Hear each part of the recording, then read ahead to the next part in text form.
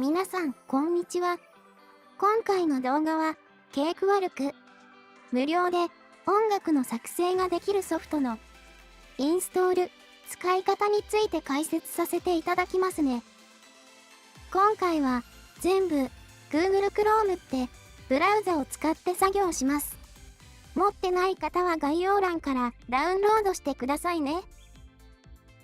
まずは概要欄のケイクワルクの URL をクリックして、出てきたページのダウンロードをクリック。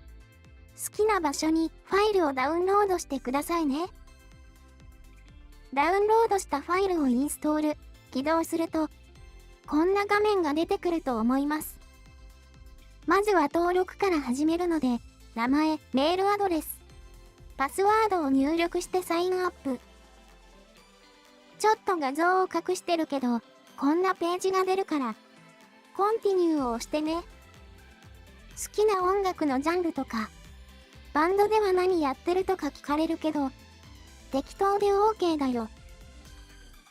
最後に出てきたページの右上の作成する。これを押して、Let's Make Music をクリックしてね。この画面が出た場合は、とりあえず、一番左のインストゥルメントを選択してください。さあ、いよいよ作曲に使う画面を表示していくよ。画面上部の縦長のルーズリーフみたいなところを右クリック。クリエイトレニオンを押したら、こんな感じで赤い板ができるから、今度は板をダブルクリックしてね。画面下に出てきたのがピアノロールだよ。上の方を掴むと伸ばして画面を大きくできるから見やすい大きさにして講座を聞きながら使ってね。このピアノロールっていうのは楽譜が読めない人でも簡単に作曲ができちゃうすごいツールだよ。この C っていうのがドレミファソラシドのドにあたります。下から上に C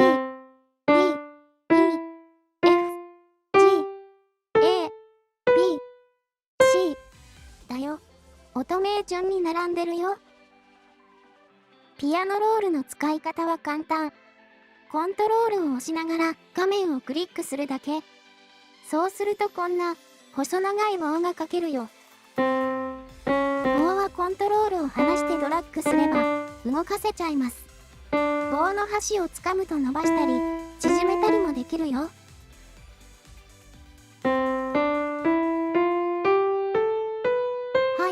ドレミの完成。これなら初心者さんでも簡単にメロディーが書けると思いませんか？最後に今はピアノだけなので音の追加・変更方法を説明しますね。下の細長いバーの楽器の名前種類が書いてある場所をクリック。真ん中のやつだね。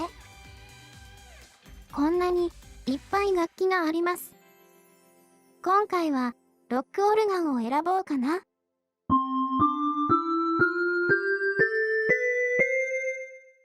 音が変わったよね。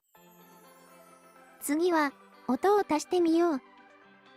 左上のアッドトラックをクリックして、またインストゥルメントを選択。新しいトラックができるから空白部分を右クリック。クリエイトレニオン。今度はエレキベースを入れてみようかな。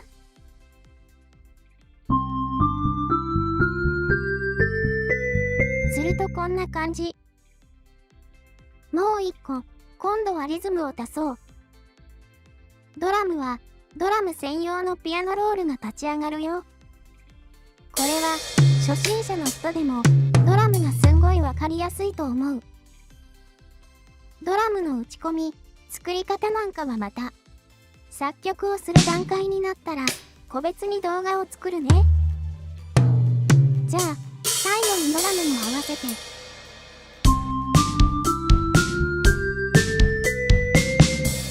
作曲ソフトではこんな感じでたくさんのトラックを使って一つの曲を作っていくことになります。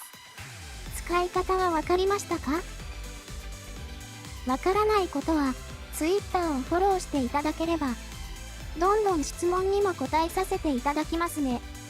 リンクは概要欄にあります。それでは、次回から本格的に作曲講座に入ります。よろしくお願いしますね。もし、この動画が気に入ってくれたら、チャンネル登録お願いします。